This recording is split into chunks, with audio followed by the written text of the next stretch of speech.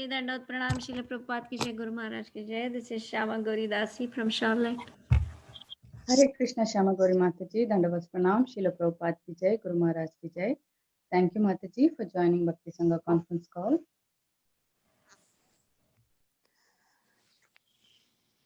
Hare Krishna Mataji, Dandavat Pranam. All glories to Srila Prabhupada and all glories to Guru Maharaj. This is Radha from Baltimore.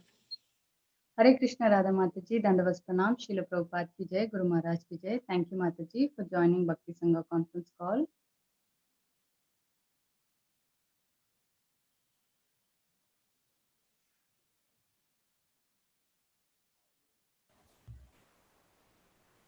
Is there anyone who would like to introduce on the call? Hare Krishna Mataji, please accept my humble obeisances. All glories to Srila Prabhupada, all glories to Guru Maharaj. This is Satvi Radha Devidasi. Hare Krishna. Hare Krishna, Satvi Radha Mataji, Dandavas Pranam, Srila Prabhupada ki jai, Guru Maharaj ki jai.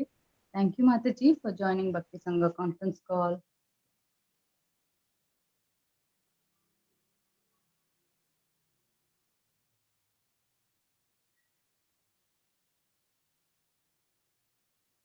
Okay, I welcome all of you once again. Thank you everyone for joining today's Srimad Bhagavatam class.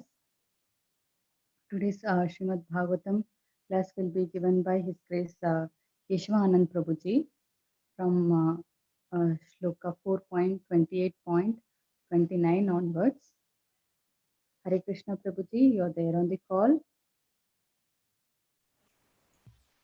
Mataji, can you hand over the call to Chaya Mataji? She is going to read the verse. Yes, Mataji. Hare Krishna Mataji, Chaya Mataji, you're there on the call. Yes, Mataji. Hare Krishna, Dandvat Pranam Mataji. Hare Krishna, Dandavas Pranam Mataji, Srila Prabhupada ki jai, Guru Maharaj ki jai. Thank you, Mataji, for joining Bhakti Sangha conference call. You can take over the call, Mataji, for reading the verse. Hare Krishna. Hare Krishna Mataji. Thank you for giving me this opportunity. Om Namo Bhagavate Vasudevaya. Om Namo Bhagavate Vasudevaya. Om Namo Bhagavate Vasudevaya. Reading from Canto 4, Chapter 28, Text 29. Upayeme viryapanam Vaidarbhimalayadhvajah Yudhi nirjitya rajanyan Pandyaha parapuranjayah. Translation and purport by His Divine Grace, Srila Prabhupada. Srila Prabhupada ki jai. It was fixed that Vaidarbi, the daughter of King Vidarbha, was to be married to a very powerful man, Malayadhvaja, an inhabitant of the Pandu country. After conquering other princes, he married the daughter of King Vidarbha. Purport. It is customary among Kshatriyas for a princess to be offered under certain conditions. For instance, Draupadi was offered in marriage to one who could pierce a fish with an arrow simply by seeing the reflection of that fish. Krishna married one of his queens after conquering 7 strong bulls. The Vedic system is for a daughter of a king to be offered under certain conditions. Vaidarbi, the daughter of Vidarbha, was offered to a great devotee and powerful king. Since King Malayadhvaja was both a powerful king and great devotee, he fulfilled all the requirements. The name Malayadhvaja signifies a great devotee who stands as firm as Malaya hill and through his propaganda makes other devotees similarly as firm. Such a Mahabhagavata can prevail over the opinions of all others. A strong devotee makes propaganda against all other spiritual conceptions, namely Jnana, Karma, and Yoga. With his devotional flag unfurled, he always stands fast to conquer other conceptions of transcendental realization. Whenever there is an argument between a devotee and a non-devotee, the pure, strong devotee comes out victorious. The word Pandya comes from the word Panda, means knowledge. Unless one is highly learned, he cannot conquer non-devotional conceptions. The word Para means transcendental, and Pura means city. The Para Pura is Vaikuntha, the kingdom of God, and the word Jaya refers to one who can conquer. This means that a pure devotee who is strong in devotional service and who has conquered all non-devotional conceptions can also conquer the kingdom of God. In other words, one can conquer the kingdom of God, Vaikuntha, only by rendering devotional service. The Supreme Personality of Godhead is called Ajita, meaning that no one can conquer him. But a devotee, by strong devotional service and sincere attachment to the Supreme Personality of Godhead, can easily conquer him. Lord Krishna is fear personified for everyone, but he voluntarily agreed to fear the stick of Mother Yashoda. Krishna, God, cannot be conquered by anyone but his devotee. Such a devotee kindly married the daughter of King Vidarbha. Hare Krishna. Mataji, I read text 32. Yeah, Hare Krishna. Hare Krishna Prabhu, Dandavat Pranam Prabhu. Yes, Oh, Mataji. just a minute. Yes, Yeah. Mataji. You read 30 also, Mataji. Please. Okay, Mataji. Thank you. Hare Krishna. Text 30. Tasyam sa janayam chakra atmajam asitte kshanam yaviyashah sapta sutan sapta dravida bhubhritaha. Translation and purport by His Divine Grace, Srila Prabhupada ki jai. Translation: King Malayadhwaja fathered one daughter who had very black eyes. He also had 7 sons who later became rulers of that tract of land known as Dravida. Thus, there were 7 kings in that land. Purport: King Malayadhwaja was a great devotee, and after he married the daughter of King Vidarbha, he gave her one nice daughter whose eyes were black. Figuratively, this means that the daughter of King Malayadhwaja was also bestowed with devotional service, for her eyes were always fixed on Krishna. A devotee has no vision in his life other than Krishna. The 7 sons are the 7 processes of devotional service: hearing, chanting, remembering, offering worship, offering prayers, rendering transcendental loving service, and serving the lotus feet of the Lord. Of the 9 types of devotional service, only 7 were immediately given. The balance, friendship, and surrendering everything were to be developed later. In other words, devotional service is divided into 2 categories, namely Vidhi Marga and Raga Marga. The process of becoming friends with the Lord and sacrificing everything for Him belongs to the category of Raga Marga, the stage of developed devotional service. For the neophyte, the important processes are those of hearing and chanting, Shravanam, Kirtanam, remembering Krishna, worshipping the deity in the temple, offering prayers, and always engaging in the service of the Lord and worshipping the lotus feet of the Lord. The word Yaviyasaha indicates that these processes are very powerful. After a devotee engages in the processes of Shravanam, Kirtanam, Vishnoho Smaranam, Padasevanam, Archanam, Vandanam, Dasyam, and is able to secure these processes, he can later become a devotee capable of rendering spontaneous devotional service, namely Sakhyam and Atmanivedanam. Generally, the great acharyas who preach devotional service all over the world belong to the category of Sakhyam Atmanivedanam. A neophyte devotee cannot actually become a preacher. The neophyte is advised to execute devotional service in the 7 other fields, Shravanam, Kirtanam, etc. If one can successfully execute the preliminary 7 items, he can in the future be situated on the platform of Sakhyam Atmanivedanam. The specific mention of Dravida Desha refers to the 5 Dravida Deshas in South India. All are very strong in rendering the preliminary devotional processes, Shravanam, Kirtanam. Some great acharyas like Ramanujacharya and Madhvacharya also came from Dravida Desha and became great preachers. They were all situated on the platform of Sakhyam Atmanivedana. Hare Krishna. Thank you, Prabhuji. Please take over. Yeah. Everybody can hear me properly? Just checking. Yes, Prabhuji, we can Yes, Prabhuji. Oh, really? You can hear me, but I cannot hear you. It's interesting. Okay. Hare Krishna. Now, these are the two verses which we have been reading. 4th canto, 8th chapter, 28th chapter, and 28, 29, and 30th verse. Okay, so what are these verses talking?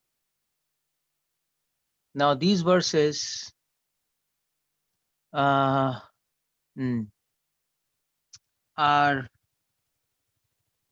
actually this whole story of Puranjan. It's all allegory.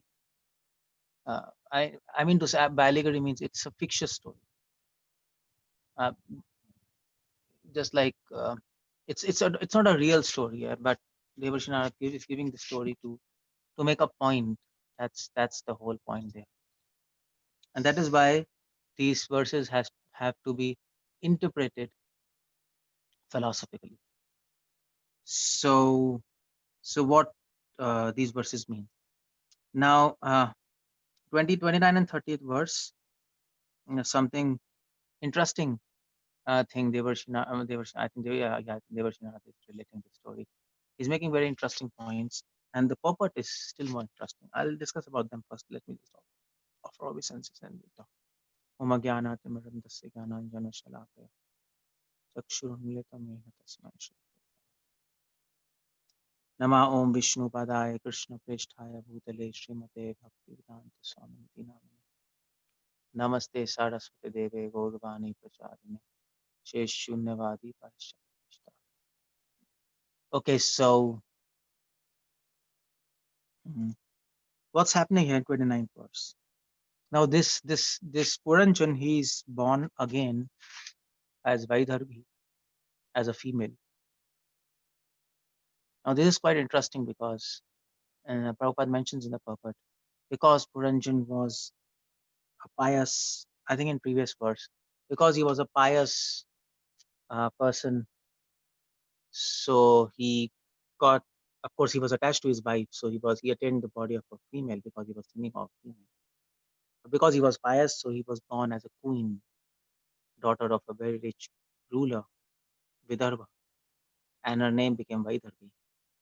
So that quite interesting, because Prabhupada mentions that whatever you think at the end of life, that state you attain. Simple rule. So all this, spirituality is about dying and not just living. And just like many people say, spirituality is a way of living. Well, according to Bhagavatam, it's a way of dying too, also. Srila Prabhupada says in one of his letters that anyway, one day we have to die. Everyone has to. Maybe 10 years later, or maybe 10 years earlier. It doesn't matter. What matters is we perfect our lives, and at the time of death, we are able to remember Krishna. That's very important. And for that, we must remember Krishna at least when we are alive. Otherwise, how we'll remember Krishna at the time of death? So that's the whole point in these two verses which Devarshi Narada is making by this allegory, by this example, how we can perfect our life, how we can remember Krishna at the time of death, what we should do.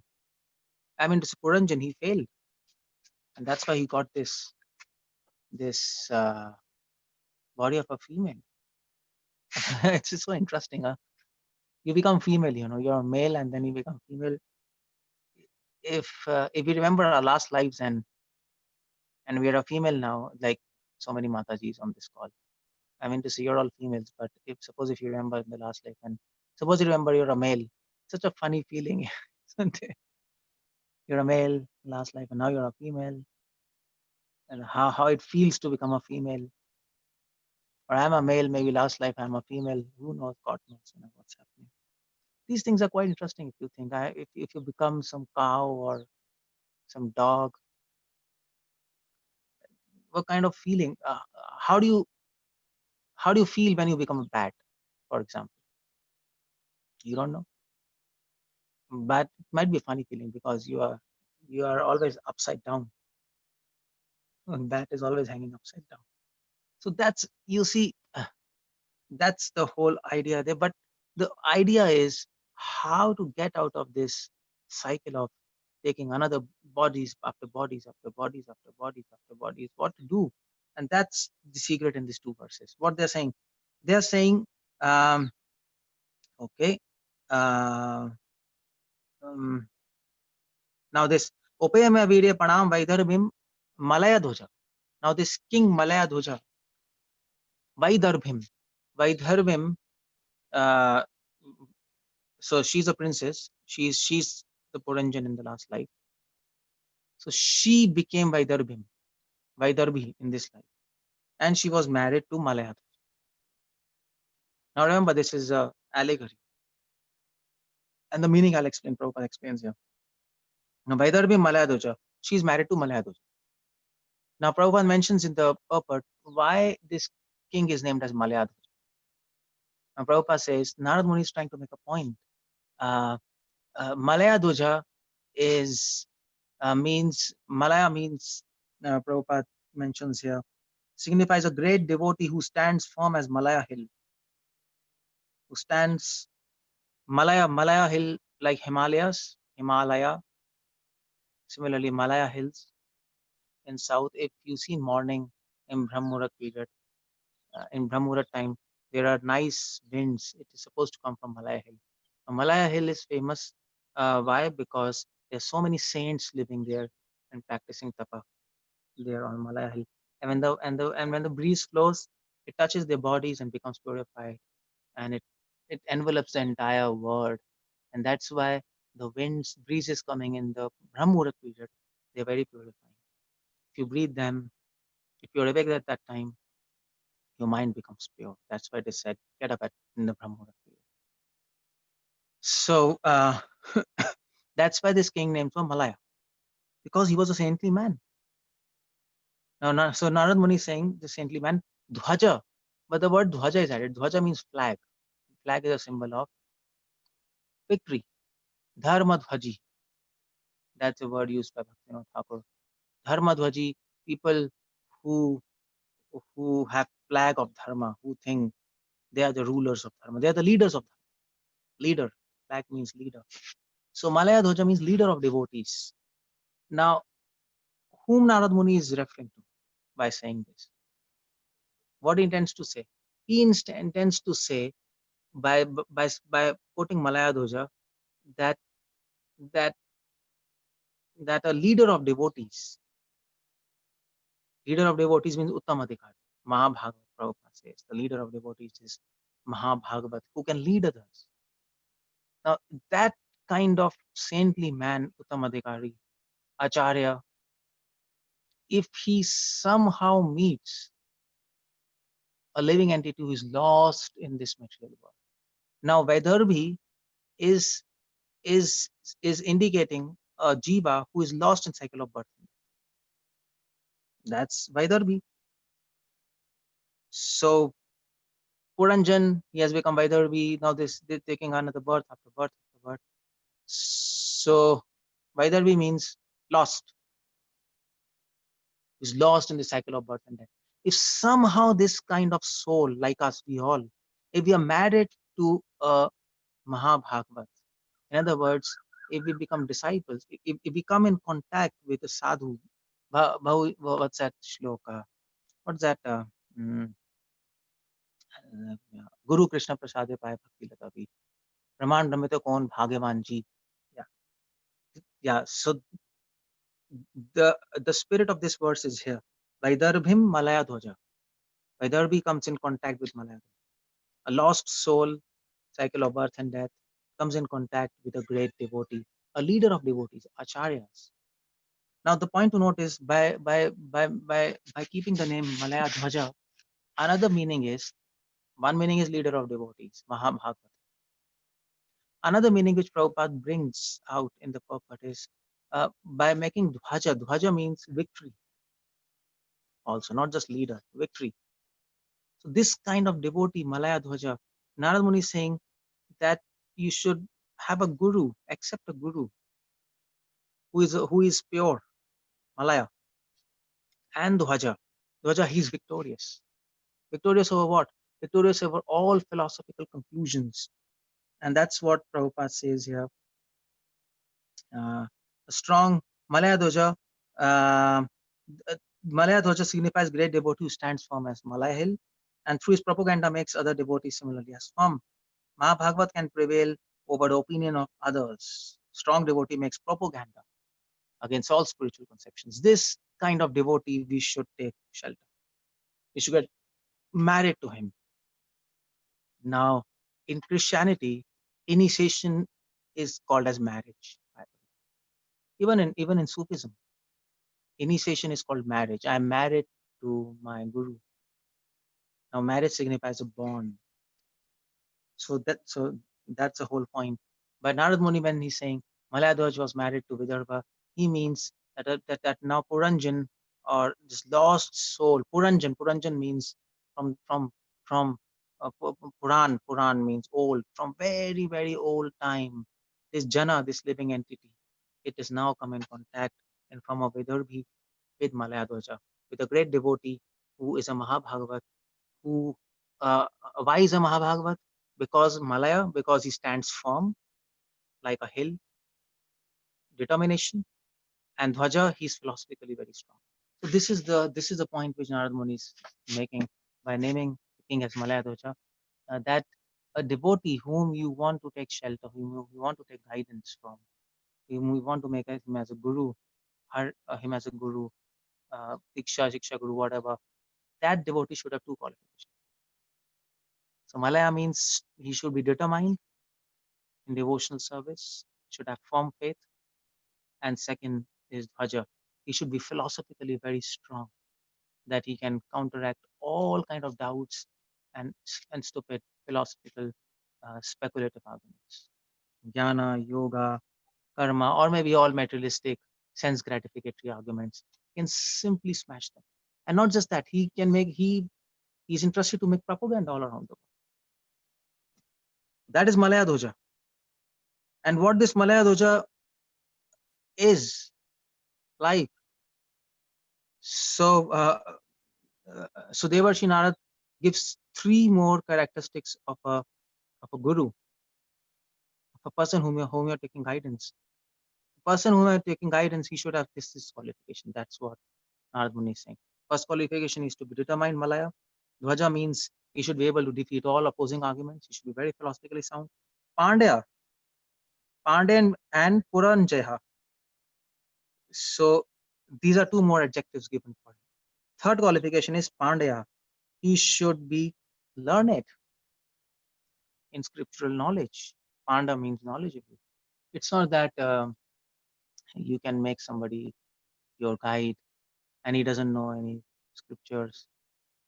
He is a simple devotee, but he doesn't know any scriptures. You can't make him as a guide. That person should be knowing scriptures. If you want to become a guide, you should know scriptures. Otherwise, at least the essence of scriptures. Otherwise, how will you guide others? So that's what Prabhupada says. Your Panda means unless one is highly learned, you should be highly learned. Third and fourth is Para Puranjaya. He should be he should have conquered. Let's say para means spiritual word. That's what Prabhupada says. He should the Parapura refers to Vaikuntha, and the word Jaya means conquer. He who has conquered all non-devotional conceptions and can conquer the kingdom of God. These are the four. That means that means this person is self-realized. That means this person has realized his own Sarupa and the Sarupa of God. Shabde pare chanishnatam brahmane upashamashram. That's the whole point there. So these are something Narad Muni is saying, this kind of guru we should accept. this kind of leader, this kind of person we must accept as guide, because ultimately we have to advance in devotion. If we don't accept a proper guide, then how will you advance? A blind man following another blind man. How do you advance? Tell me. Uh, that's one of the purpose of these calls. Otherwise, fine. I mean to say, four devotees meet and they're discussed, but everybody's on the same level. Then how do you advance? You can't advance. You can do a party, or you can't advance. That's one thing. You need a person like this, or at least some characteristics of these qualities should be there in that person. Malaya means firm faith. Dhwaja means he should be a leader. He should be victorious over all opposing conceptions. He should have the ability to counteract all wrong arguments so that he can clear your doubts. Otherwise, will have doubt. Who will clear your doubt? And Panda, he should be very knowledgeable in scriptures. He should know scriptures, or he should at least know the essence of scriptures, so that he can explain you what is the purpose of life, and he can help you advance on various higher levels of devotion. Otherwise, you'll be stuck on the same level. And Parapuranjaya, he should be self-realized, so that whatever he speaks, it's not just theoretical, it is it is practical, applicable knowledge. Otherwise, it will just be theoretical. What you will do? What you will do with that theoretical knowledge? You will not be able to apply it. You will not be able to do anything. So these are the four qualifications of a guru, of a guide. And this kind of person we should get married. So that's why it says Upayame. Upayame. Malaya Dhwaj was married to Vaidurvi. You see, now Upayame, the meaning is marriage. Now by marriage, now here it's referring to initiation. Initiation. Now take initiation from such a guru. Initiation, not just formal initiation and informal. So if you're taking guidance from somebody, you are initiated from him. That's all. You are unofficially initiated. He's helping to initiate your devotion service and helping you to push your devotion. It's also the same. Just like Lord Chaitanya, although Raghunath Das Goswami, his guru is directly Lord Chaitanya, but he said, take guidance from Sarup Damodar. Take guidance from Sarup Damodar. So it's Upayame, he married, and Veere Pranam, in prize. And okay, Upayame, he got married, but the question is how he got married. Now, how he got married to this Vaidurvi. So or in other words, how a guru gets connected with the disciple. What's the system? How a disciple gets connected with the guru or the guide? What's the bond there? And that's what Nevarshana says. Yuddhi nirjitte rajanyam. He says, this Malaya Dhwaj did something. Yuddhi means fight. Nirjitya means conquering. Rajanyan, other kings. He conquered other kings. He defeated them in Swambar. Prabhupada mentions. So there was a contest, and in that contest, Maladhwaja defeated other kings. Now the whole point is, if a disciple has to have faith on the leader, a leader may be a guru, a leader may be a guide, a leader may be a Bhakti Vriksha congregational guide, just like so many congregation programs are going in America. Any capacity, if you are a leader at any capacity and you have people guide you, the bond, the faith will only be developed if, as a leader, you can conquer other wrong conceptions. Now, these kings who Malayad was defeated in fight represents wrong philosophies, and he defeated all of them. That's why he's Maladhwaja. That's why he got flag. He got leader of all devotees. And so that means if you have to earn faith of people whom you're guiding, you should be able to help clear their doubts. Otherwise, they will have doubts on you. That's all. You can't manage people simply by management. It's not possible. You can't say I'm managing and nobody's listening to me. Well, nobody's listening to you because nobody has faith on you. That's all. So why people don't have faith on me? I'm a senior devotee. Well, you are a senior devotee, but you're nonsense. Because nobody gives anybody respect simply because he's a senior person. Nobody does like that. You have to earn respect. not just by seniority. Because even the person whom you're guiding, he will also become senior with time. If time is a factor, then with time he'll become senior. And then he'll throw you off.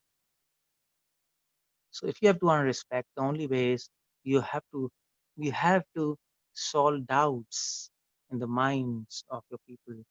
You have to continuously win over their uh, their hearts by doing what?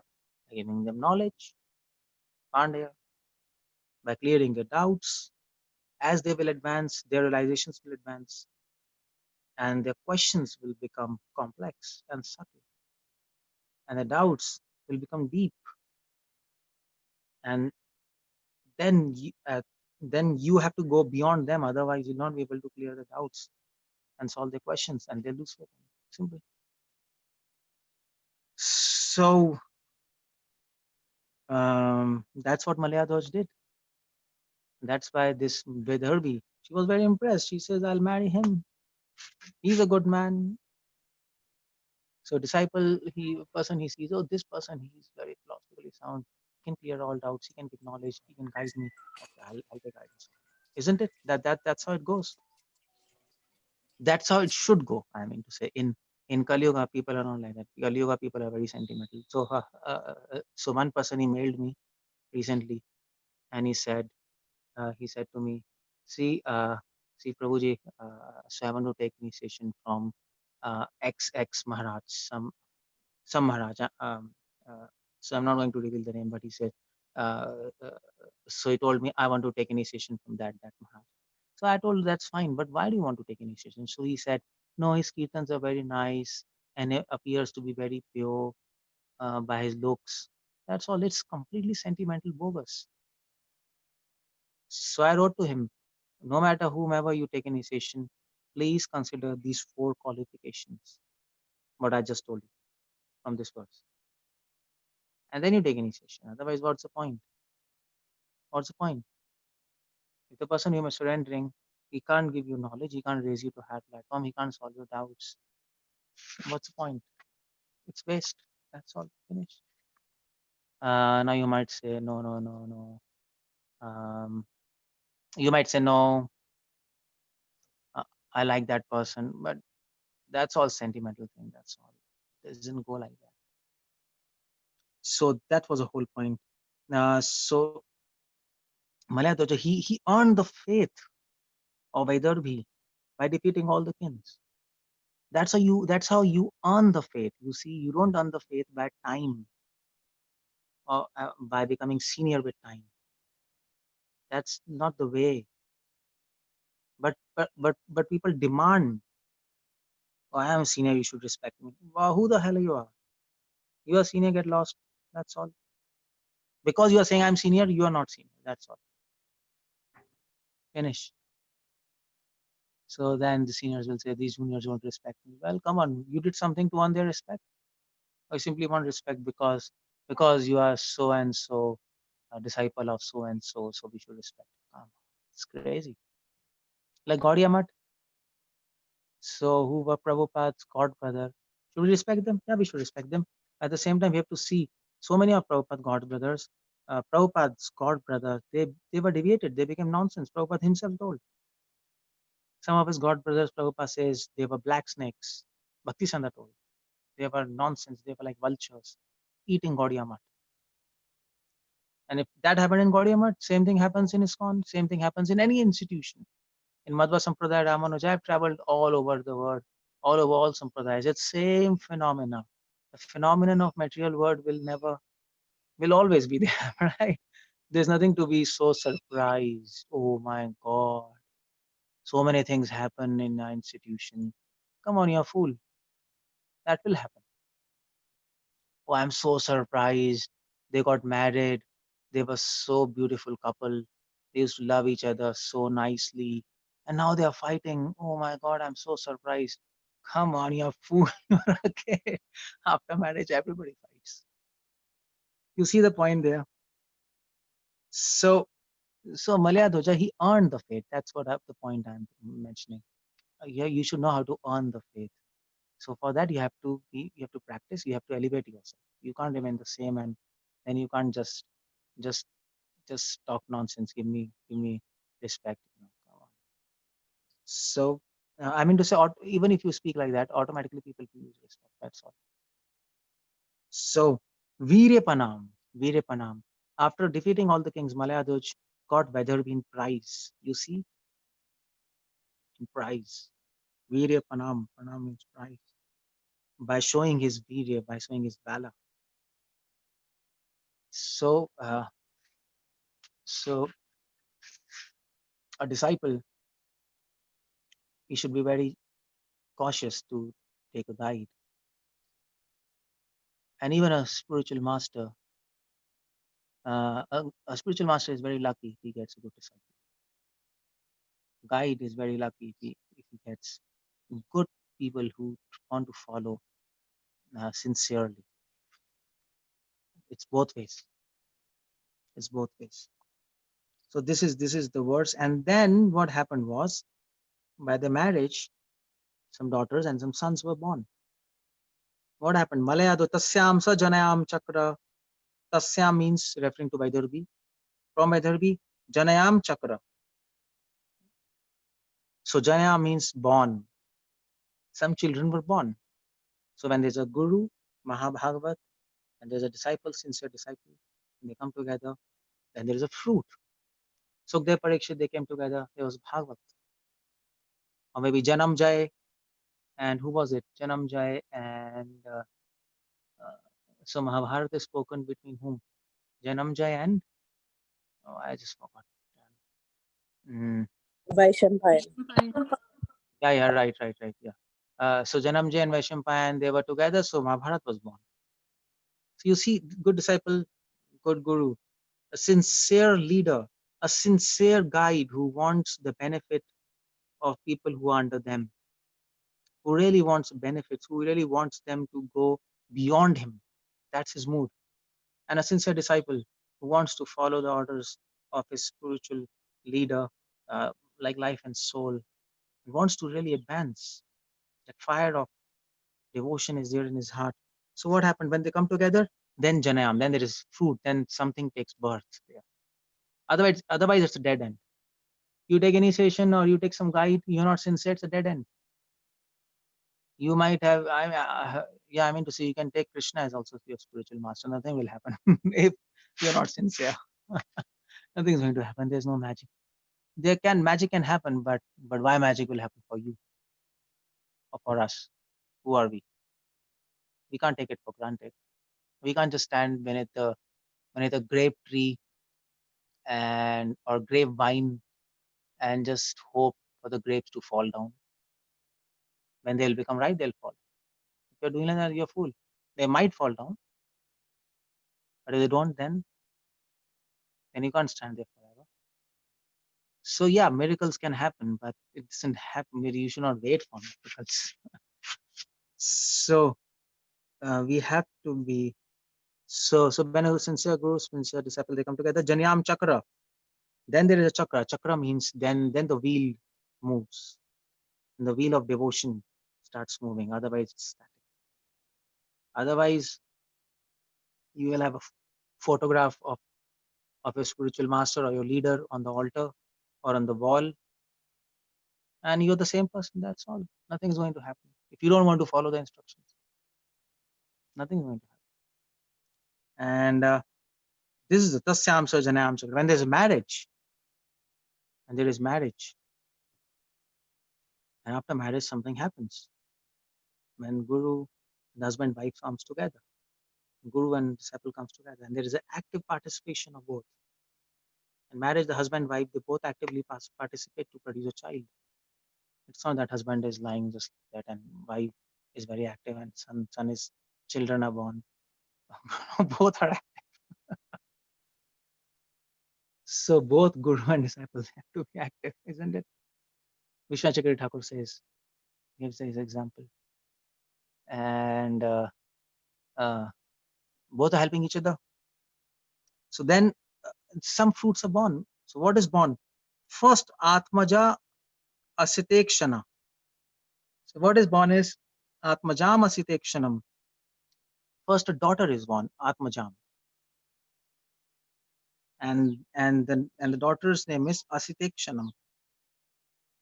Now, by this Narad Muni is mentioning this daughter. So, what is his daughter? His daughter is Ruchi, interest. Interest is feminine, am I right? Interest. And Asitekshanam. Asitekshanam, Prabhupada says, Iksha means eyes. Asita means black or black. Black. Asita here refers to Krishna. Asita. Sita means white. Asita means black. Ikshana means eyes, whose eyes are fixed on the service of Krishna. This kind of interest, seva ruchi, that is born. When the eyes are fixed on the service of Krishna, that is called seva ruchi. An interest to serve Lord Krishna, that is born. First, that should be the first step. So when you take guidance from sincere leader, then you should develop interest to serve Krishna. Am I right? That's simple. If you're not developing interest to serve Krishna, it's useless. Or if interest to serve Krishna is going down, then again it's useless. So that means either you're not taking proper guidance, or either that person is not giving you proper guidance. There's a problem there. So that is born. And when that is born, when there is interest to serve Krishna, then 7 sons are born. Okay, now my interest to serve Krishna is born. Now, how do I serve him? That's the question. So then after that, 7 sons were born. Yabiyasha Sapta Sutan. Yabiyasha, very powerful. Yabiyasha, Yasha, very powerful. 7 sons were born. And what are the 7 sons? Shravanam, Kirtanam, Smaranam, Pranam Kirtanam, Vishnu, Smaranam, Pada Sevanam, Archanam, Vandanam, Dasyam. Yeah, Dasyam, yeah, 7. Yeah, this stops here. These 7 sons are born. Out of 9 limbs of devotion, these first 7, they are born. That, in other words, Onarad is saying, when you develop interest to serve Krishna, then you start serving him in one of these 7 capacities, or in all of these 7 capacities. Main is Shravanam Kirtanam.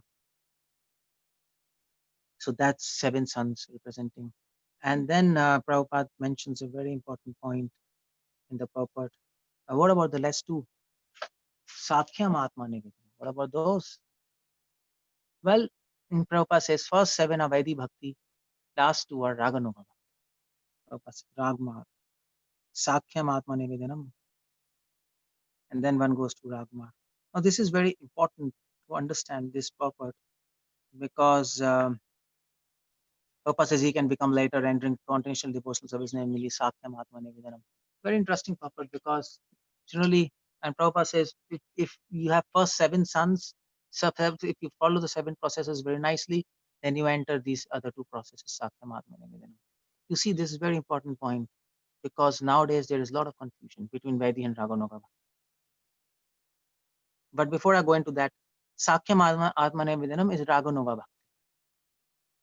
Why? Vaidhi Bhakti is rules and regulations. First 7 sons. Shravanam, Kirtanam, Smaranam, Archanam, Vandanam, Dasyam, Sakhyam, Atma Nivedanam. They all require rules and regulations. But I mean, the Smaranam Anga, it requires less rules and regulations, but nevertheless it requires. How to do Smaranam according to scriptures? You can't do Smaranam randomly by speculation. So it requires scriptures. But Sakhyam Atma Nivedanam, that doesn't require to read scriptures. That the inspiration for Sakhyam Atma Nivedanam is from within, is from spontaneous attachment to Krishna. Now, what is Sakhyam Atma Nivedanam?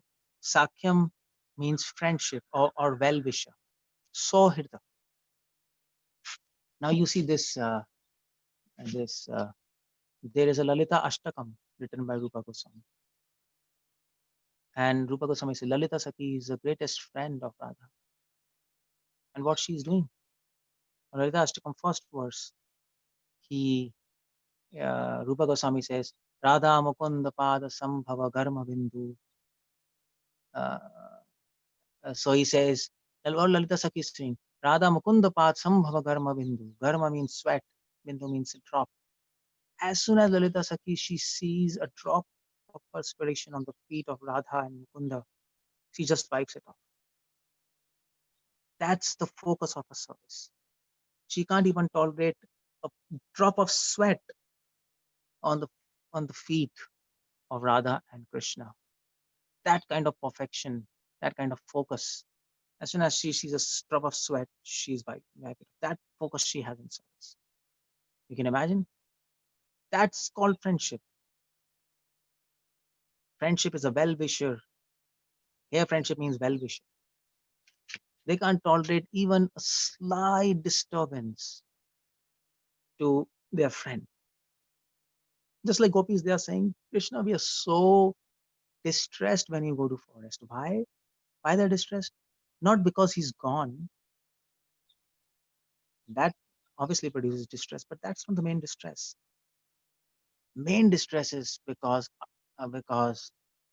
we feel that your soft lotus feet might be pricked by thorns in the forest, because Krishna goes in the forest without slippers. He told Yashodama, I'll go without slippers because even cows are not wearing slippers. So why should I? So they're very distressed. What will happen to your soft lotus feet? Same thing, Bharat Maharaj in Ramayan. He was not so much distressed because Ram has left him.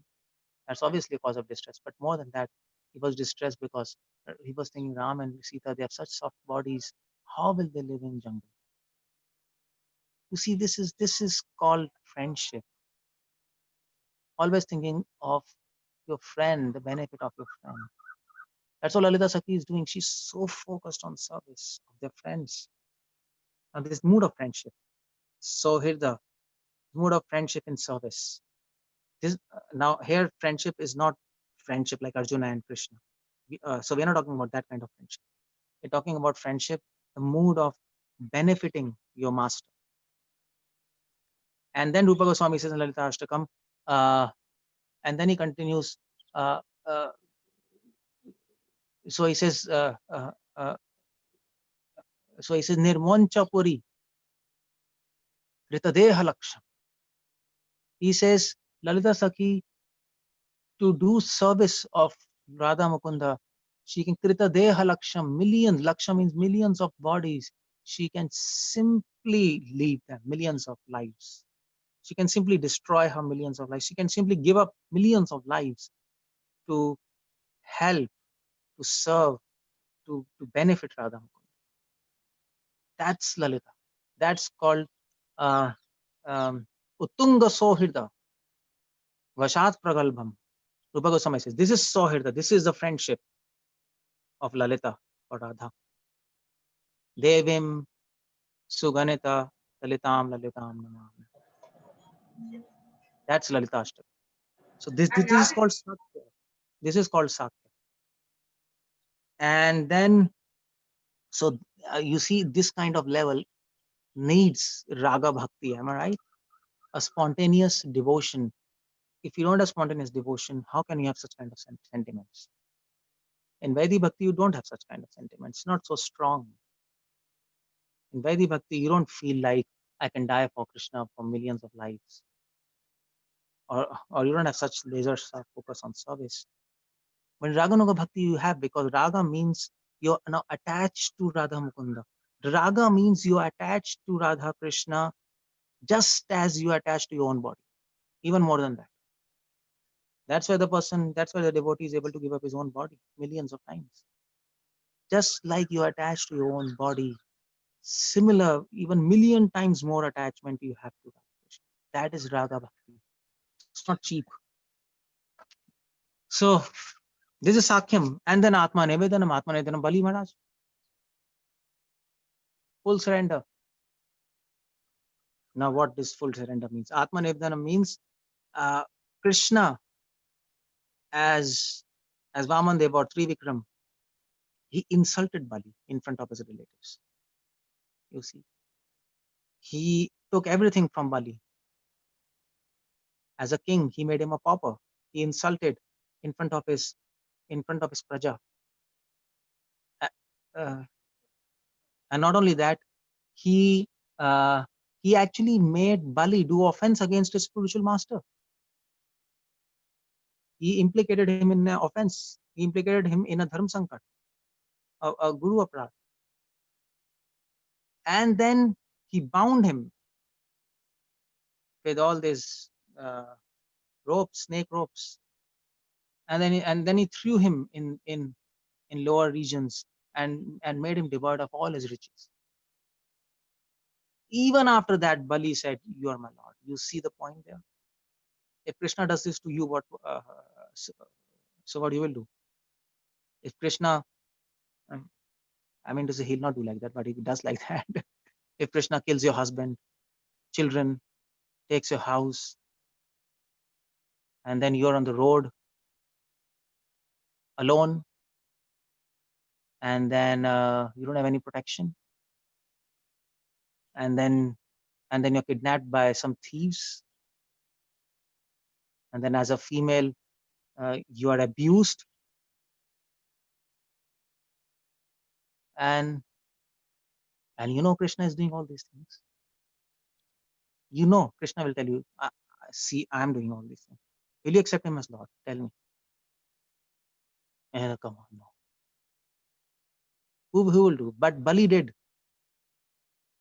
If you are in the position of Bali, you imagine this is what happened with him.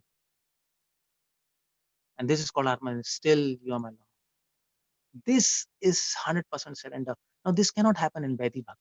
A bhakti which is inspired by rules and regulations. This one can only happen in Raga Bhakti, where you're completely attached to Lord. So this is Raganuga Bhakti. Now, so here's the point I want to bring here. Some people say from Vaidhi Bhakti, you should go to Raganuga Bhakti. Chaitanya Mahaprabhu came to give Raganuga Bhakti. It's all happening in our institution also. Many of our own devotees are speaking. You should go in Raganuga Bhakti. Yes, we know Chaitanya Charitamrita Mahaprabhu says that without Raganuga Bhakti, you cannot attain Golok Vrindavan. Without Raganuga Bhakti, you cannot attain Braja Nandan in Goloka. You should go in Raganuga Bhakti. Who denies that? But then how to go in Raganuga Bhakti? That's the point. Now they say, okay, well, chant more, read Acharya's pastime, Acharya books, and then you go to Raganuga Bhakti. That's okay. But that's not the benchmark. If you want to go in Raganuga Bhakti, you should follow Sakhyam Atma Nivedanam. You should follow Lalita Sakhi. You should follow Bali Maharaj. Try to follow in the footsteps. Don't try to become like them. Try to follow in the footsteps. And then you can enter Raganuga. So try to follow Lalita Sakhi. Be focused in service. Be attached to Krishna more than your own life. Try to follow Bali. Even if devotees insult you, still you respect. Even if there are so many reverses in your life. The more the reverses, the more you glorify Krishna. Krishna, you're so nice. You're giving so many reverses to me. If you can cultivate that, and you can sacrifice for Krishna, just like Bali sacrificed his kingdom. If you bring these elements in your life, then you go from Vaidhi to Raganuga. Simply by increasing rounds, it will not happen. You can chant more. That's not bad. But simply by doing that, it doesn't happen. I've seen many devotees chanting 64 rounds, and then one, and then 164 into 8, and 128 rounds, 192 rounds, and then they end up and then they end up divorcing their wife. The whole family is destroyed, and then their devotion is become completely materialistic, or they go to Vrindavan, become Sahijiyas, and they end up running away with a female. I have seen so many. I say, that's not the process which our acharyas are saying. Prabhupada said you should chant more. Prabhupada said, but that's not what Prabhupada says when he says if you want to go from Vaidhi to Raganuga, what do you need? If you want to go to Vaidhi to Raganuga, what do you need? Tatrilolyam api mulyam ekalam. You need greed. You need greed. Greed for what? Greed to serve Krishna like Lalita. Greed to sacrifice your own life like Lalita. Greed to sacrifice your possessions, your reputation in the service of God like Bali, Sakyam Atma Nivedanam. And then you will go from Vaidhi to Raganuga. Krishna tad bhakta karunya. And then Krishna will do mercy on you. Krishna will be happy. Just like Radha is happy with Lalita Sakhi. Trivikram was happy with Bali. And then by their mercy, you go to Raganuga. It's not an artificial process. It's not that you go to Vrindavan, take some Ekadash Bhav and special Diksha of Raganuga. So some people say Well, some people also have this opinion in Vrindavan. From Vaidhi Bhakti, you can never go to Raghunagar. You cannot go. For Raghunagar Bhakti, you need another guru who is at Raghunagar platform. You have to take an initiation and then go. This is absurd. Prabhupada never says like it. Prabhupada says in the purport, if a neophyte devotee is advised to execute devotional service in 7 other fields, if one can successfully execute preliminary 7 items, he can in future situated on platform Sakhyam Atma Nivedanam. He can successfully execute Shravanam, Kirtanam, Smaranam, Dasyam, Dasyam, Archanam, Mandanam. But the trick here is with what spirit. Every successfully execute means what? Means what? What do you mean by successfully execute? Successfully execute means what? That you are doing Shravan Kirtan. Okay. So what the successful execution means? I'll do Kirtan for 72 hours. I will chant 192 rounds. Or I'll go to Kirtan Mela and that is success. You can go. That's not bad. You should go. Or I will keep on reading Bhagavatam. That's successful. That's not successful Shravanam Kirtanam. Successful Shravanam Kirtanam is with the spirit, with the right spirit. So if you want to be a good Mridanga player, what do? Okay, I'll keep on playing Mridanga for 72 hours and I'll become good Mridanga player. No. A successful Mridanga player, when you want to become a successful Mridanga player, you have to learn the technique of playing. I'm a guru. A proper technique of playing the mantra. You can learn the mantra, but still you might not be able to play in a very pleasing and a melodious voice. For that you need technique. How to rotate your, not your hand but your wrist. How to strike your fingers. You see, you have to learn the technique. Otherwise, you'll be striking your hand and palm, and no voice will come. So that spirit is required. And in Shravanam Kirtanam and all these preliminary steps, what kind of spirit? This is a spirit of Sakhyam Atma Nivedanam. That is called Raga Noga. So in Vaidhi Bhakti, you get the spirit of Raga Noga. And then you can go from Vaidhi to Raga Noga. What is the spirit? This is spirit, self-sacrifice, intense focus on service, sacrificing your possessions, your reputation, seeing Krishna's, seeing miseries in life, reverses in life as mercy of God. And then you become successful in Shravanam Kirtan and all this process. And then you go from Vaidhi to Raga Noga, and then on and on and on. And life is successful. That's all. Like Malayados and Vedarvi, their marriage is successful. They are happy. They live happily forever. I don't know what will happen to them in future. Let's see. But this is what these 2 verses are all about. Hare Krishna, Srila Prabhupada ki jai. Any questions anybody has to ask? Or I'm done. Yeah. Hare Krishna, Hare Krishna.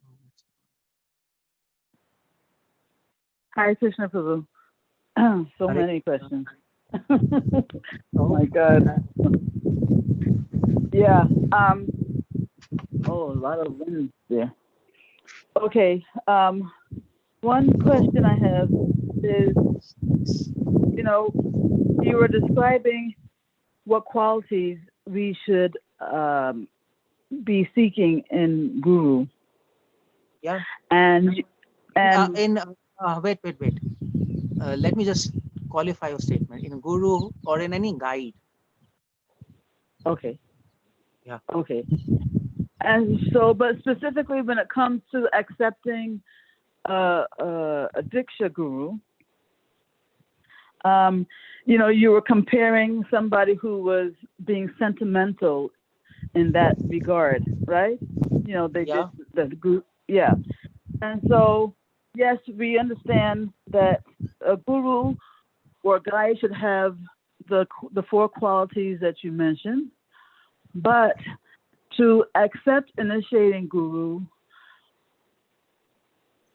I would think that some degree of sentiment should also be present.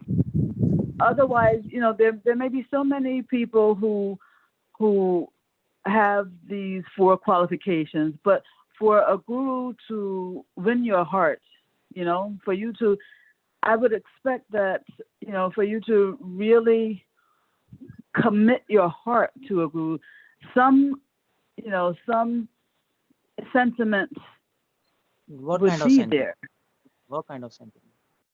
You have to qualify a Uh, statement, otherwise I don't okay. understand. Yeah. Sentiment means, some personal attraction.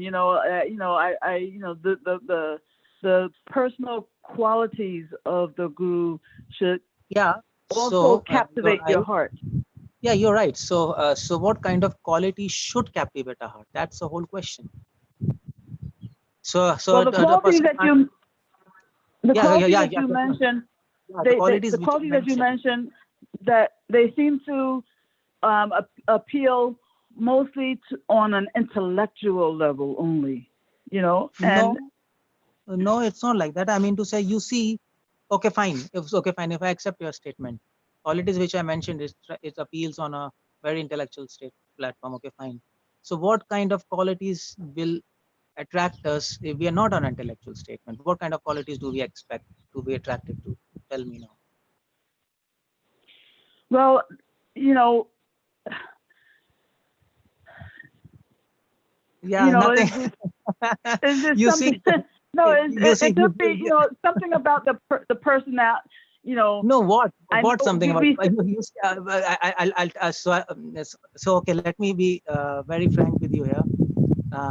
One Mataji, she wrote me a mail and she told Prabhuji, so I want to take initiation from you, because I mean to say I'm traveling all around the world and preaching. So I want to take initiation from you. You're so nice and I'm so much attracted to you.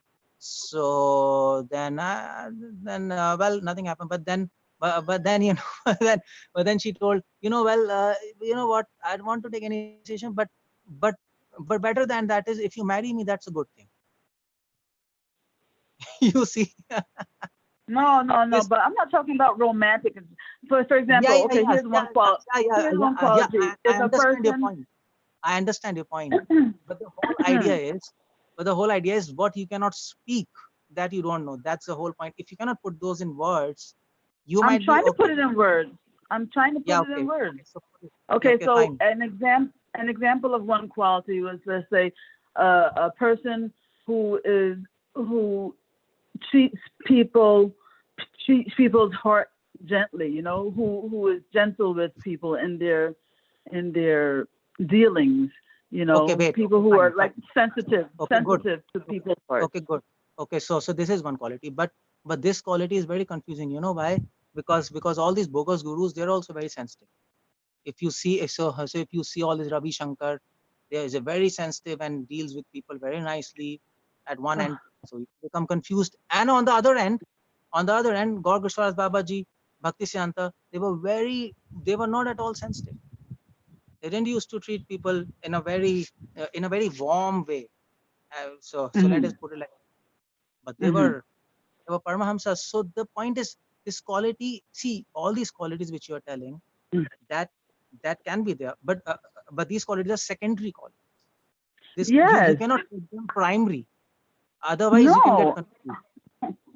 And That Prabhu, I am agreeing with you, but what I'm saying is that yes, the four qualities that you mentioned should be primary, and yeah, right. these other things should be secondary. But my point is that why not? Why can't you have the both together, both primary and secondary? Why can't you require Because both be there?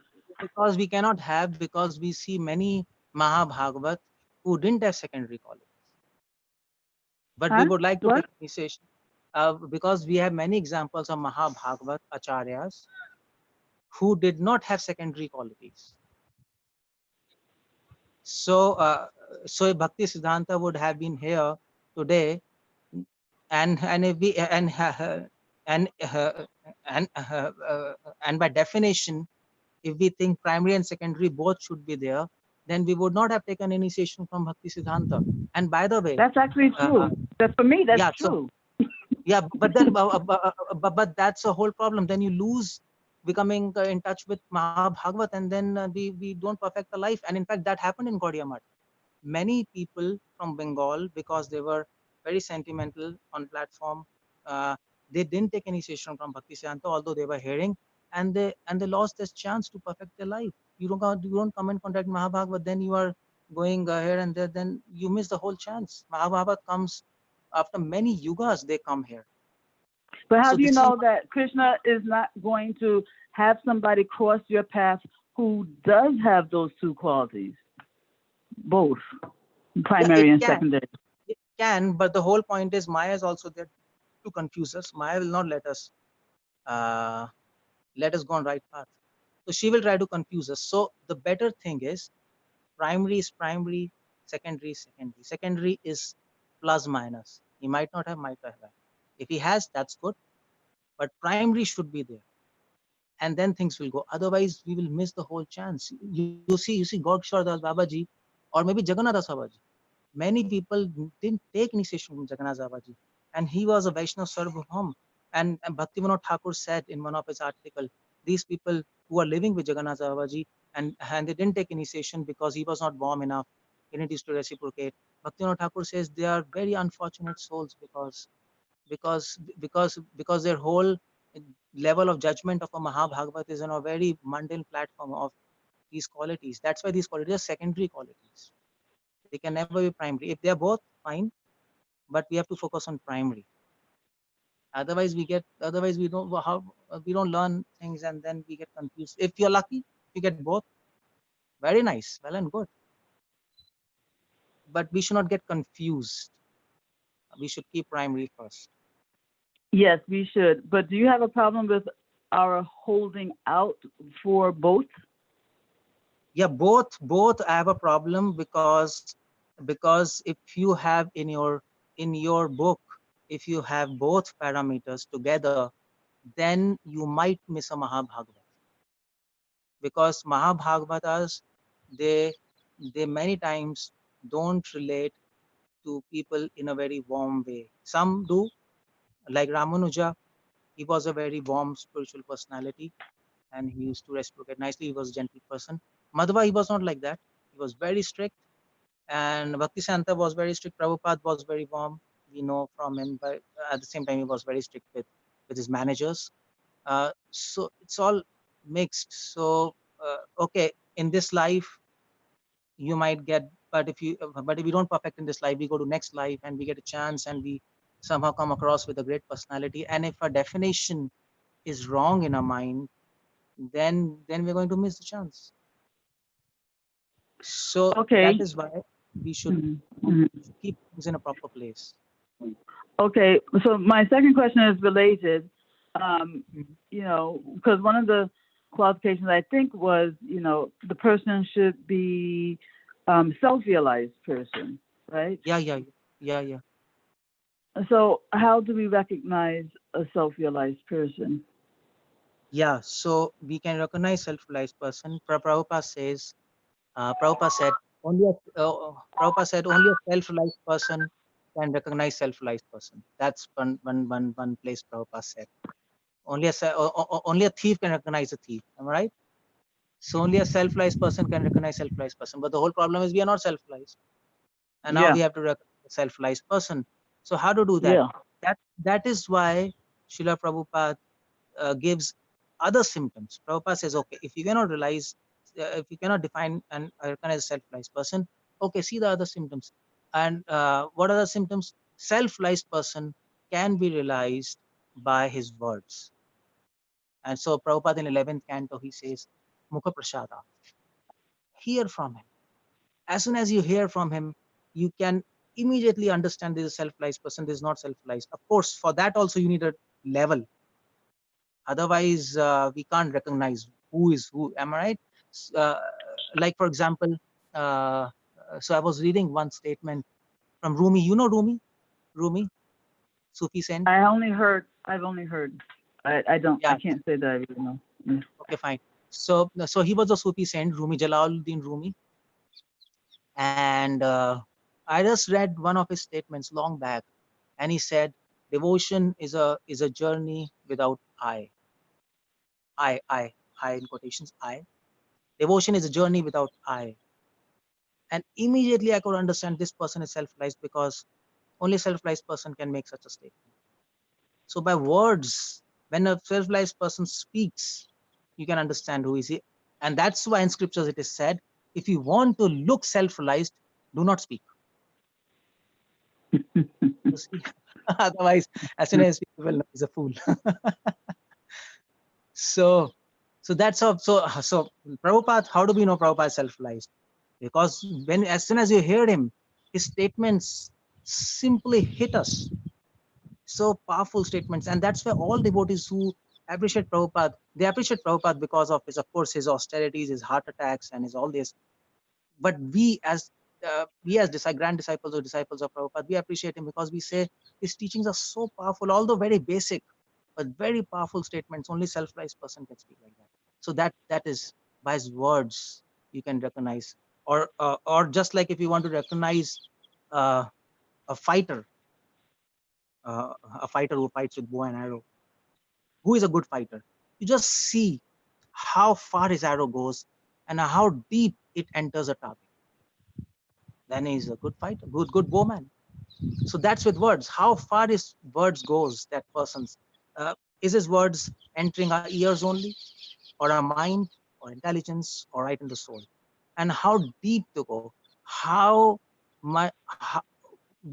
what level of wound they are creating in your soul? If they are creating. So is it that the words, they are words that should resonate very strongly with your heart? Would you say like that? No, those words should penetrate your false ego and should change your entire conception of thinking. The way you think, their words will actually flip your mind upside down, just like Srila Prabhupada. You see how did Srila Prabhupada recognize Bhaktisiddhanta was self-realized? Prabhupada met him. Bhaktisiddhanta immediately told him, "You are educated man, you should preach in English." He said, "What about this Gandhi movement? And if we don't become independent, who will listen?" Bhaktisiddhanta said, "Devotion never waits for independence. Devotion is independent. That's more important.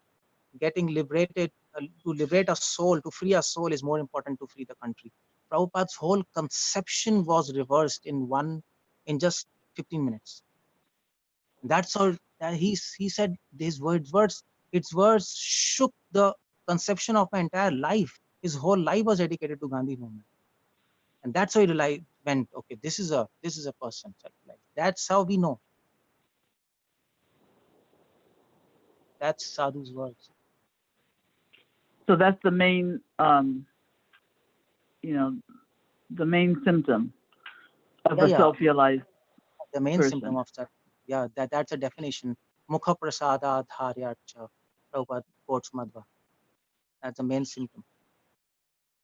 So that's the main objective symptom. You can know immediately. If you meet a self-realized person, in 15 minutes, he just changes all your conceptions of life. He reverses them and brings them in a straight path. Then you know, my God, he shook me. I used to think something else, and now my whole paradigm has changed. That's a self-realized person. That's how it goes. Yeah, thank you. And one other question was, when you were comparing the qualities of a devotee who is the Vaidhi marg to a devotee who is of the Rag marg, it did sound like, when we think of, because the devotees of Vaidhi, that follow Vaidhi marg, they land in Vaikuntha, right? Spiritual world. Okay. Okay, I can understand the question. But continue. Fine. Vaidhi ends in Vaikuntha. Fine. Yeah. And so, but the way you described those of Rag marg, if we expect that only pure souls land in Vaikuntha, they might not be Rag marg, but they're pure. And so the qualities that you associated with those of Rag marg, I connect with purity. But you said that if you follow Vaidhi marg, you will not have these qualities of okay, fine. I understand your point. Yeah, actually, it's a good question. The whole idea is, okay, fine. Now anyway, you have asked the question. So let's go deeper into the subject. The whole idea is in Rag Marg, the qualities which we mentioned in Rag Marg, those qualities are more intense. That's all. Okay. So you see the point. The whole confusion with Vedi and Raganuga Marg in present times in Vrindavan everywhere is that so it is that Vedi Marg is different, Raganuga is different. This is the whole conception. And that's why people say Vedi you go to Vaikuntha, Raganuga you go to Golok. But that's not the whole point there, because because there are two types of Vaidhi. One Vaidhi you go to Vaikuntha, but another Vaidhi is designed by our acharyas to enter Raganuga, which is actually specifically designed in act of devotion to enter Raganuga Bhakti, which is done by our Gaudiya Vaishnava acharyas. So Vaidhi also has a shadow of Raganuga. Otherwise, Vaidhi cannot work. Am I right? So it's the same thing what you're saying. So if person who is doing Vaidhi, if he doesn't have component of purity, he can't advance. He can't even follow Vaidhi. So that is why in Vaidhi there is a shadow of Raganuga Bhakti. And in Raganuga, because this rag and all these symptoms are very intense and very severe, that is why it is called Raganuga. But at the same time, in Raganuga there is also Vaidhi. It's not that when you enter Raganuga, Vaidhi is gone. A person in Raganuga, he also follow rules and regulations, but the mentality will be different. In Vaidhi, person is following rules and regulations out of fear of offenses, out of fear of falling down. Am I right? You chant, oh, I'll fall down, Yeah. I'll leave all these.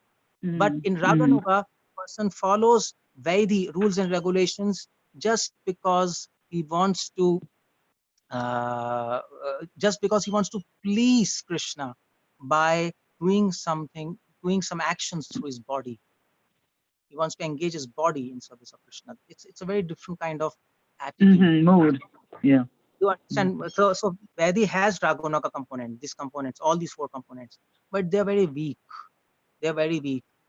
And and they are not powerful enough to actually gear your devotion, to actually make your devotion fast. They're not powerful enough. What gears, what inspires your devotion in Vaidhi is fear of falling down. Am I right? Mm-hmm. That's what Yeah. so that inspires. But those symptoms of purity is there. The purity is there. The force is there, but it's weak. So because without that force, will not be the whole system will collapse. But Raganuga, this purity inspires Raganuga, and that's why it's called Raganuga. So that's a whole difference there. Mm-hmm. Mm-hmm. Yeah. Actually, I did forget one question I had was when you were saying that, chanting, so many rounds, reading, so many books or so old, all such engagements cannot give you Ragmarg. It can't bring you to Ragmarg, even if. But when you say that if you're even chanting so many rounds, you spend your whole day chanting, that won't bring you to Ragmarg. So how do you reconcile that with the fact that Krishna's name is everything? Krishna's, you see the point. Yeah, you see the point. Yeah, okay, fine. Okay, these are the questions you should have asked Bhakti Siddhanta if you would have been there. These were the questions which he was answering whole life, entire life. Now, do you see the point? Krishna's name is everything.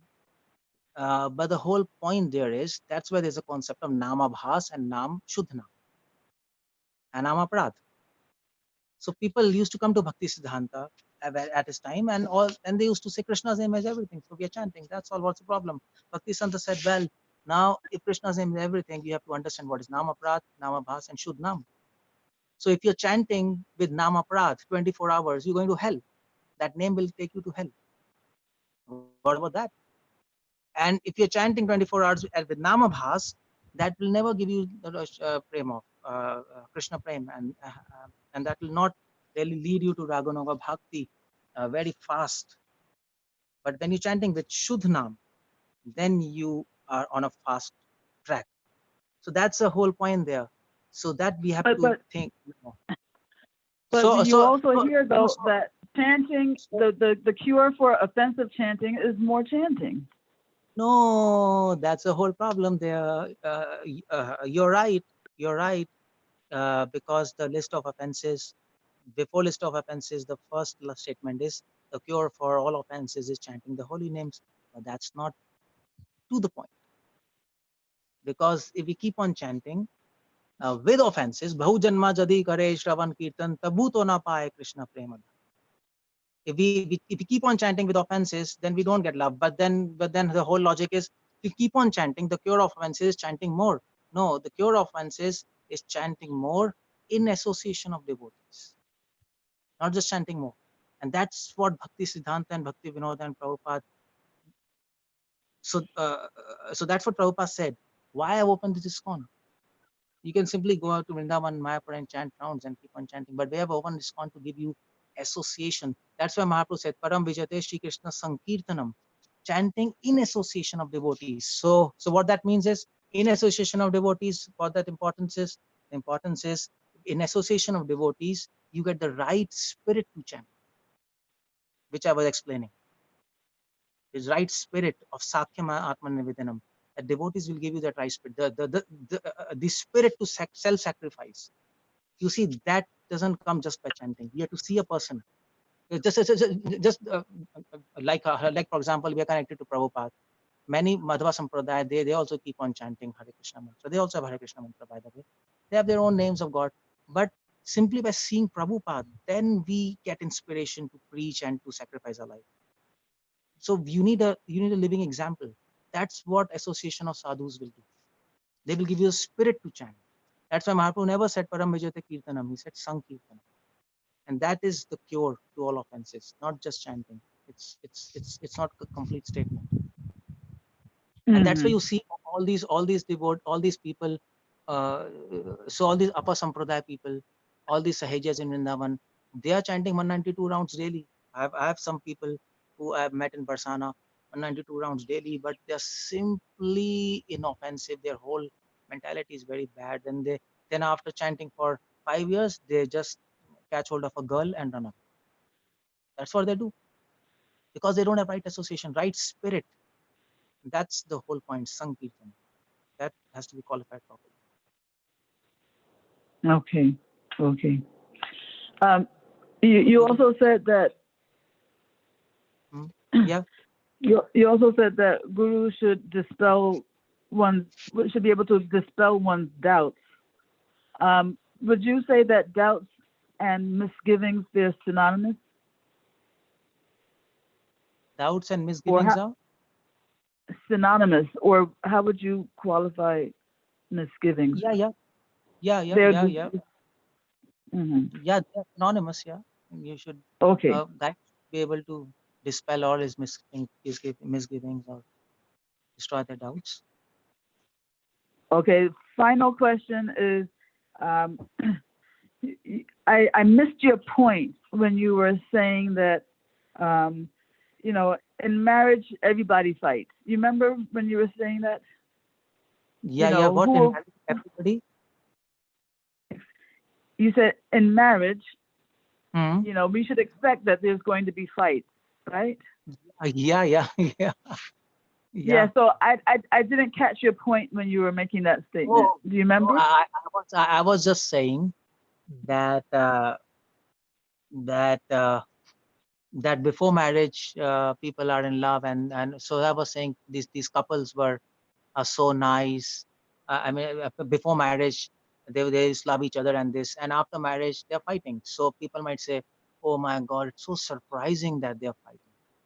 Now this kind of person, if he says, my God, they were in so deep love and after marriage they're fighting, oh my God, such a surprising, he's number one fool. It's not surprising, it's common, it's a normal fact. So the point I was making is that in any institution, even in an ISKCON institution, if people say, oh my God, there are so much problems in ISKCON institution and this and that, and they get surprised, they're fools. Because in material world, any institution will have problems. This is the nature of material world. The institution is in material. So the point I was making is, if you are getting surprised, then you're number one fool. Just like people say after marriage, they fight. I'm so surprised. Then you don't know what is life, my dear boy. You're still a boy.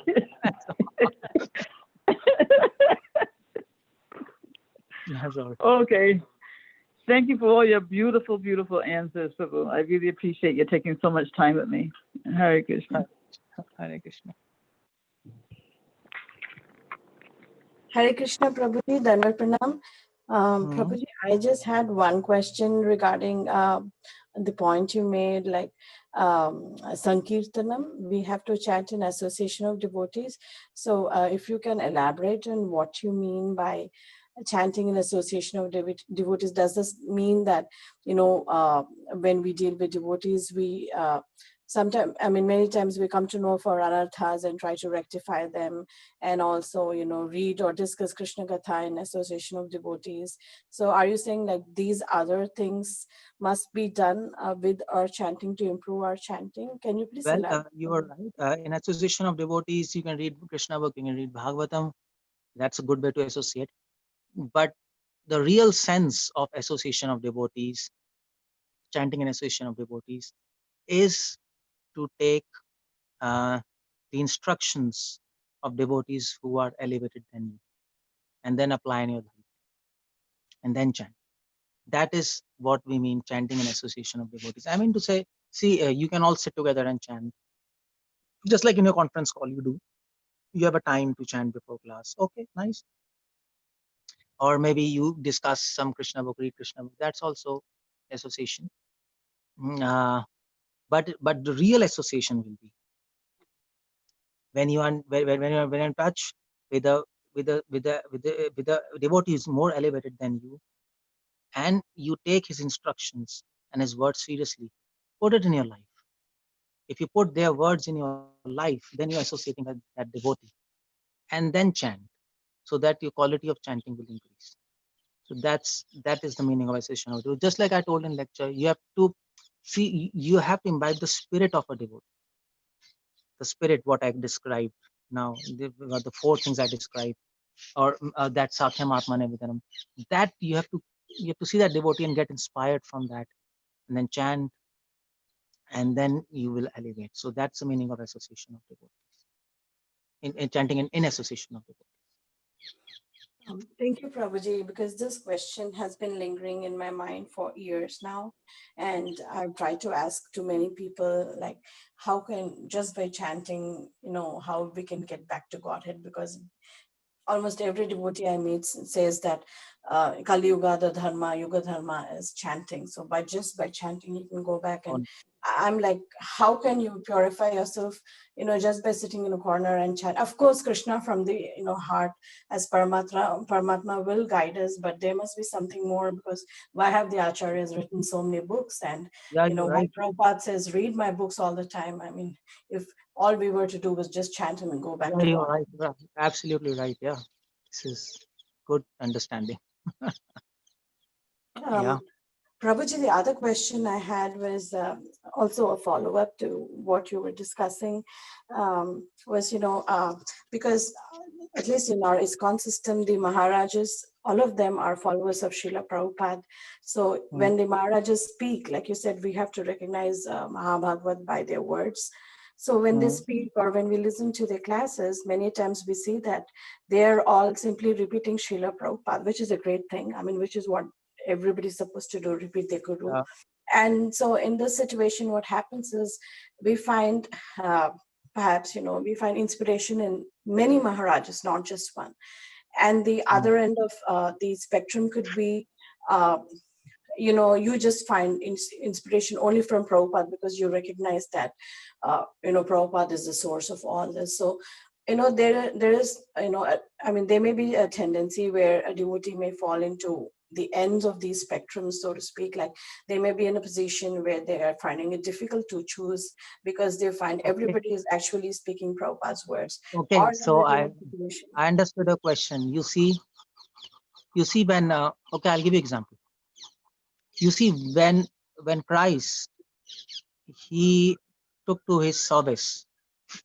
Took to his service means in Christian terms it means so when he started preaching Christ, and what happened was he went to his own village, uh, His village was Nazareth, Jesus of Nazareth. He went there and he started speaking from Old Testament. I mean, you see, when Christ was there, it was just old. So it was just Old Testament. So it was just Judaism. Christ started Christianity, New Testament. So he started speaking from the scripture, and then he started preaching, and people started connecting. And then he went to Jerusalem, and Jerusalem had all these priests and big priests who actually spent their whole life repeating Old Testament. And here Christ comes, he sees he also repeating Old Testament. But all these priests, they said, two, three specifically, 2, 3 very senior priests, they were so impressed by him. And they said, this is a self-realized man. But then other priests, they said,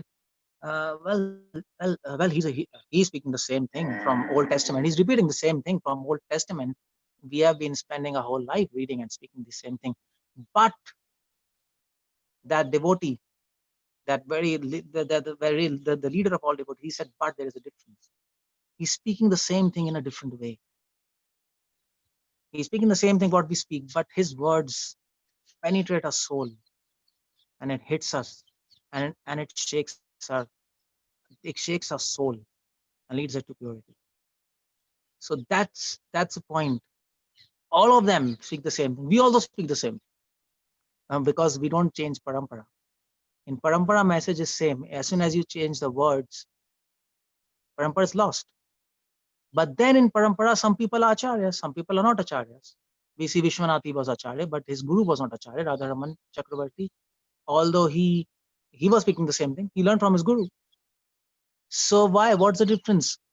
They are speaking the same thing, but in a different way, in a very more impactful way. So as Prabhupada says, I'm speaking the same thing what my guru spoke. My guru is speaking the same thing what his guru spoke. His guru is speaking the same thing what his guru spoke, but all of them are not acharyas. So that's the whole point. People repeat, and even in future, you will find people repeating the same thing. Anybody who's not repeating, he's out of parampara. He's out of parampara simply. But the way of speaking, the way of putting it, the way of putting the message, so that it can easily penetrate. So that it can easily penetrate our soul and our lives. That is a difference, and by that we can recognize who is self-realized, whom we should surrender, and whom we should not. That's the whole way. Even now, even in future, anytime, even anytime in future parampara. Did you get the point there? Hare Krishna. Hare Krishna. Something happened. Yeah, Sukhsagri Mataji. She sent message saying that she was on mute because she was outside. Oh, so then what to do? I don't know. Okay. And it's quite Nothing can be done. Yeah. Anybody wants to ask anything? Otherwise, whatever is done is done. Death is near. We have to perfect our life. That's a simple message. So, anyone else, or just Anand? Well, since nobody else seems to have, Prabhu, I just want to ask, I think a further elaboration on the fact that it is, to recognize a self-realized soul, the guru, he inspires like a paradigm shift in your thinking, So when we come to Krishna consciousness, the main paradigm shift is that, our existence is meant to serve Krishna's senses, not our own senses. We before coming into this path, we're thinking that, to gratify the body is the way to become happy. Then we get the paradigm shift and say, no, the body is to gratify Krishna. So that's a basic, it's a basic paradigm shift. So, beyond that, what more can we expect to hear from Guru to understand that, yes, this is a self-realized soul?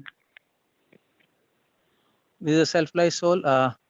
Well, you don't. I mean to say, Madhva says that this is the whole thing you can expect from a guru who is. I mean to say that this is the. So what else do you want? I mean, self-realized soul. This is all you Because recognize. everybody is saying this. I mean, all devotees will say this. So a guru. How do you set a guru apart from everybody else? Because everybody in this kind will say, yes, we are supposed to serve Rishikesh, not our own senses. So No. Yeah. So that's the question which that Mataji asked. It's the same question she asked. No, she asked. So that's the whole point. So you give the same message in a very different way.